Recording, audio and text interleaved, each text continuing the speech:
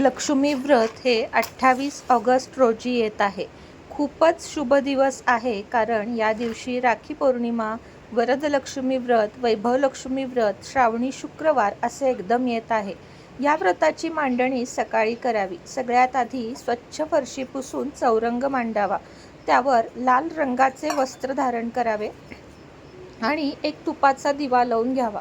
त्यानंतर संकल्प करावा, हातात पाणी, फूल, अक्षता घेऊन, की हे वरदलक्ष्मी माता, मी हे जे व्रत आहे ते अतिशय मनापासून निष्ठेने करत आहे. माझ्या घरामध्ये आर्थिक भरभराट व्हावी, असे म्हणून हे पाणी जे आहे ते एका तांबणामध्ये टाकावे. त्यानंतर तुपाचा दिवा, समई, धूप, दीप जे काही आपल्याला लावून घ्यायचे आहे, कारण आपल्याला वातावरण सुगंधित करायचे आहे. गणपती बाप्पांची मूर्ती तांबणामध्ये घ्यावी, कारण कोणतेही व्रत गणपती बाप्पाच्या शुभ पूजेपासूनच सुरुवात करता येते. ओम गम गणपते नमः या मंत्राचा जप करत गणपती बाप्पाची अभिषेक करून अक्षतांवर गणपती बाप्पांची स्थापना करावी. अक्षतांवर कुंकू देखील घालावे. त्यानंतर गणपतीला चंदन, हळदी कुंकू आणि अक्षता वाहाव्यात. गुळ खोबरे नैवेद्य दाखवून धूप दीप देखील दाखवावा. या शेजारीच आपण वैभवलक्ष्मीचे व्रतसुद्धा मांडणार आहोत, म्हणजे आज नाही, त्या दिवशी. त्यामुळे तशी पुरेशी जागा तिथे असण्याची काळजी घ्यावी. गणपती बाप्पाला फूल व्हावे, असतील तर दुर्वा व्हाव्यात आणि गुळ खोबऱ्याचा नैवेद्य देखील व्हावा. त्याच्या शेजारीच माता लक्ष्मीची मूर्ती अभिषेक करून ठेवावी. आता मी इथे अभिषेक आधीच केलेला आहे, कारण खूप जास्त वेळ जाईल म्हणून. आणि माता लक्ष्मीला सुद्धा हळदी कुंकू वाहून घ्यावे, अक्षता वाहून घ्याव्यात. आणि हे सर्व करत असताना ओम श्री महालक्ष्मी नमः किंवा ओम श्रीम नमः या मंत्राचा मनोभावे आपल्याला जप देखील करायचा आहे. व्रताची मांडणी इतकी साधी आहे की ती एकदम 5 मिनिटात होती. त्याच्यासमोरच श्रीयंत्र ठेवावे आणि श्रीयंत्रावर आपल्याला अभिषेक करून घ्यायचा आहे.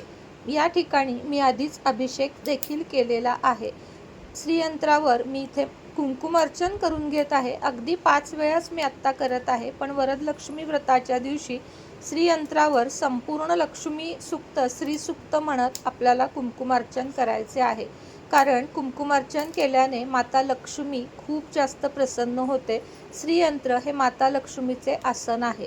गुलाबाचे फूल श्रीयंत्राला वाहून घ्यावे आणि त्यानंतर गुलाबाचे अत्तर आपल्याला या ठिकाणी लावून घ्यायचे आहे. गुलाबाचे अत्तर, गुलाबाचे धूप, दीप हे देखील आपल्याला लावून सुगंधित वातावरण का करायचे आहे, कारण माता लक्ष्मीला सुगंध खूप जास्त प्रिय आहे. आता हे सगळं झाल्यानंतर एक कलश आपल्याला इथे लागणार आहे. कलशाच्या खाली अक्षता किंवा अष्टदल काढून घ्यावे. मी इथे अक्षतांचीच रास ठेवत आहे. अखंड अक्षता असाव्यात, तुटक्या किंवा बारीक तांदूळ घेऊ नये.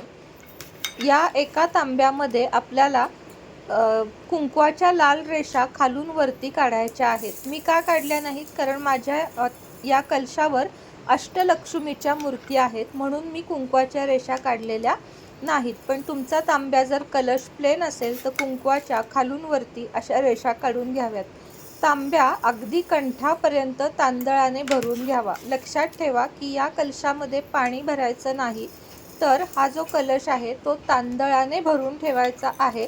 त्याचं कारण तांदूळ हा समृद्धीचे प्रतीक आहे, म्हणून तांदळाने कलश भरायचा असतो. जशी आपण लक्ष्मी कुंचनची पूजा करताना भरतो, तसा हाताने, वाटीने कसाही भरू शकतो. फक्त भरताना आपल्याला माता लक्ष्मीचा मंत्र अखंड म्हणायचा आहे. ते झाल्यावर या कलशामध्ये कुंकू हळद घालून त्यानंतर एक पाण्याचा श्रीफळ आणि त्याला इथे मी माता लक्ष्मी स्वरूप कोल्हापूरच्या महालक्ष्मी आईचे रूप देत आहे, पण ह्याची गरज आहेच असं नाही. कलशात फक्त नारळ आणि तांदूळ एवढं देखील ठेवून तुम्ही पूजा करू शकता. हे ऐच्छिक आहे. जमत नसेल किंवा नसेल तर विकत वगैरे आणत बसू नका, कारण पूजेला आणि सेवेला आपल्याला जास्त महत्त्व द्यायचे आहे. माता लक्ष्मी म्हटल्यावर तिला अलंकार देखील मी या ठिकाणी घालून घेत आहे. एक मंगळसूत्र आणि कोल्हापुरी महालक्ष्मी साज एवढे 2च दागिने मी या ठिकाणी घालत आहे.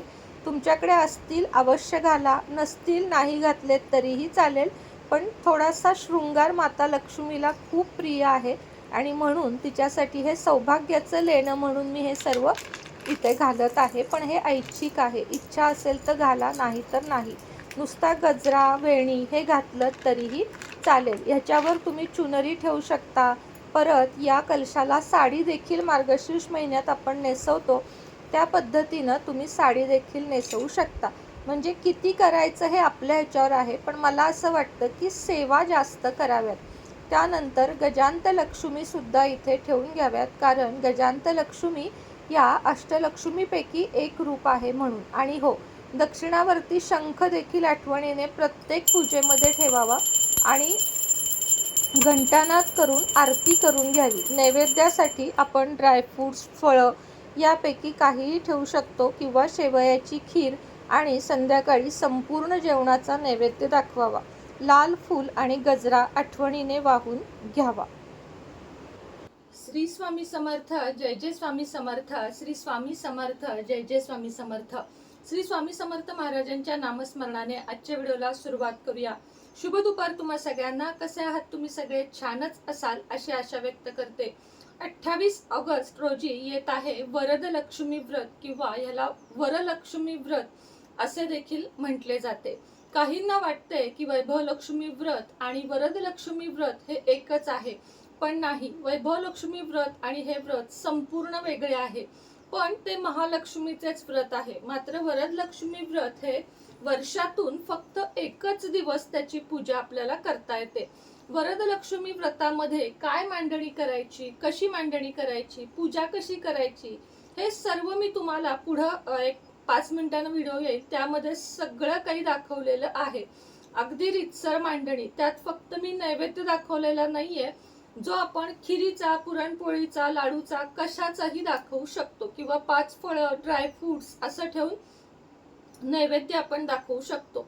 बाकी मांडणी अगदी साधी सोपी आहे. आता ज्यांना वैभवलक्ष्मी शुक्रवार करायचे आहेत त्यांनी याच कलशा शेजारी वैभवलक्ष्मीचा, कारण बाकी मांडणी आपल्याला हीच हवी आहे, जसं की लक्ष्मीचा फोटो, मूर्ती, गणपती बाप्पाची मूर्ती, फोटो, हे सगळं आपल्याला तेच लागणार आहे. फक्त एक जो कलश आहे तो एक्स्ट्रा आपल्याला मांडायचा आहे. एका कलशामध्ये तांदूळ भरायचे असतात आणि वैभवलक्ष्मीच्या व्रतामध्ये पाणी भरायचं असतं. हा मोठा फरक आहे. या कलशाला अशी सजावट करू शकतो, वैभवलक्ष्मीच्या कलशाला सजावटीची गरज नसते. इच्छा असेल तर तुम्ही याला अगदी साडी नेसवू शकता. तुम्ही याला अजून दागदागिने घालू शकता. गजरा, वेणी हे सुद्धा घालायचं आहे. म्हणजे मी पण वरदलक्ष्मी व्रता दिवशी गजरा वेणी घालणार आहे, बाकी साडी वगैरे नाही. कारण मला कसं वाटतं की या सगळ्यात वेळ घालवण्यापेक्षा सेवा कराव्यात असं मला वाटतं. म्हणून मग मी एवढीच मांडणी करते. मांडणी अगदी साधी सोपी सुटसुटीत आणि कुठलंही जास्त डेकोरेशन नाही, पण सेवा भरपूर करायच्या.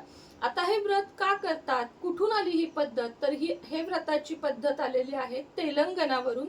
आंध्र प्रदेशमध्ये माता लक्ष्मीचं खूप जास्त करतात, त्यापैकीच हे एक व्रत आहे वरदलक्ष्मी व्रत. या दिवशी उपवास ठेवला तरीही चालते, नाही ठेवला तरी चालतं, काहीही हे नाहीये. फक्त नॉनव्हेज खायचं नाहीये, जे की श्रावण मध्ये लोक नाहीच खात. तर दिवसभर जय माता लक्ष्मीचा जप करायचा. ओम श्रीम नमः किंवा ओम श्री महालक्ष्मी नमः, कमलात्मक मंत्र, विष्णू गायत्री मंत्र, विष्णू लक्ष्मी गायत्री मंत्र, असा कोणताही मंत्र म्हणू शकता.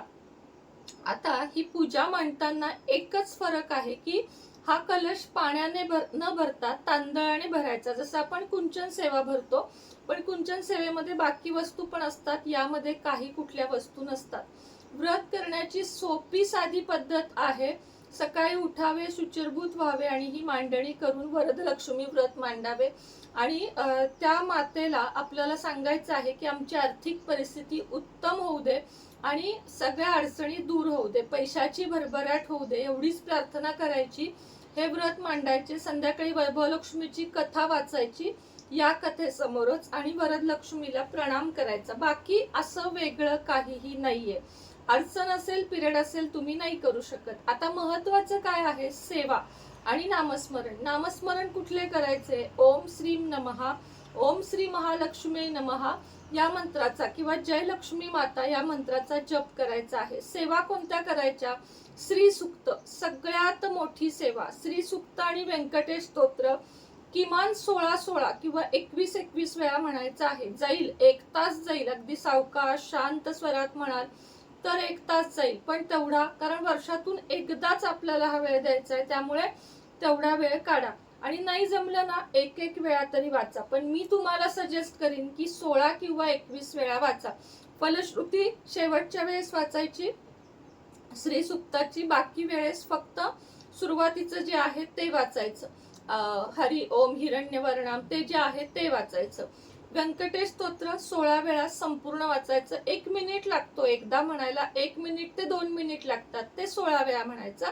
आणि हे झाल्यावर महालक्ष्मी अष्टकम 16 वेळा म्हणायचं, जे अगदी नमस्तेस्तु महामाये श्रीपीठे सुरपूजिते शंखचक्र गदा हस्ते महालक्ष्मी नमोस्तुते. इतकं सुंदर आहे ना ते. तुम्हाला 16 वेळा, म्हणजे आपण सगळ्यांना 16 वेळा म्हणायचंय. या महत्वाच्या 3 सेवा आहेत, या करायच्याच आहेत. हे झाल्यावर वेळ असेल, आवड असेल, इच्छा असेल, विष्णू सहस्त्रनाम संपूर्ण नक्की म्हणा, कारण विष्णू सहस्त्रनाममुळे आपले अनेक कुंडलीतले दोष नाहीसे होतात. म्हणून विष्णू सहस्त्रनाम सुद्धा म्हणा आणि ओम श्री महालक्ष्मी नमः या मंत्राचा जप करा. बस एवढीच आपल्याला सेवा करायची आहे. दुसऱ्या दिवशी या कलशातले तांदूळ, थोडे पक्षी असतील तुमच्याकडे पक्ष्यांना घाला, अन्यथा घरामध्ये भात, मांसाहारी जेवणाबरोबर नाही, शाकाहारी जेवणाबरोबर याचा भात खाऊ शकतो. दुसरी गोष्ट म्हणजे हे जे नारळ वगैरे आहे ते गोड प्रसादासाठी आपण वापरू शकतो. या लक्ष्मीची, वरद लक्ष्मीची ओटी सुद्धा या दिवशी अवश्य भरा, कारण शुक्रवार आहे. ज्योतीची, वैभव लक्ष्मीची आणि ती मिळून 1 ओटी भरा. ओटीमध्ये खण, नारळ, जे ओटीचं साहित्य असतं, शृंगाराचं सामान, ते तुम्ही भरू शकता. बाकी प्रसन्न वातावरण ठेवा, गुलाबाचं धूपदीप लावा, गुलाबाचं अत्तर लावा आणि घरात त्या दिवशी दिवसभर मंगलमय वातावरण ठेवा. भांडणं, इकडच्या तिकडच्या, चाड्या चुगल्या हे काहीही करायचं नाही. तर तुम्हाला आजचा व्हिडिओ आवडला असेल तर 1 लाईक, शेअर, सबस्क्राईब करा. दुसरी गोष्ट, तुम्हाला माहेरी जायचं असेल तरी हे व्रत मांडणी करून जावा, कारण वर्षातनं एकदाच येणारी गोष्ट आहे. त्यामुळं भावाकडे थोडं उशिरा जावा, पण घरामध्ये आपल्या घराच्या प्रगतीसाठी, आपल्या स्वतःच्या प्रगतीसाठी आणि वरद लक्ष्मीचा वरद हस्त राहावा म्हणून ही सेवा आहे. त्यामुळं माहेरी तेव्हाच जावा जेव्हा ही सकाळी तुम्ही पूर्ण मांडणी कराल आणि मग तुम्ही जाऊ शकता. मग आल्यावर पूजा उचलली तरी चालेल, पण सेवा करणं आणि पूजा मांडणी करणं हे महत्वाचं आहे. ज्यांचा पिरियड असेल, सुतक असेल, त्यांनी फक्त सांगितलेल्या सेवा युट्यूबला लावून त्या बघत बघत PDF काढून म्हटलात तरीही चालेल. बाकी ज्यांना त्यातनं पण नाही, आम्हाला काही माहेरीच जायचंय, मग काहीच इलाज नाहीये, मग तुम्ही जे व्रत नाही करू शकत, एवढंच सांगते. श्री स्वामी समर्थ.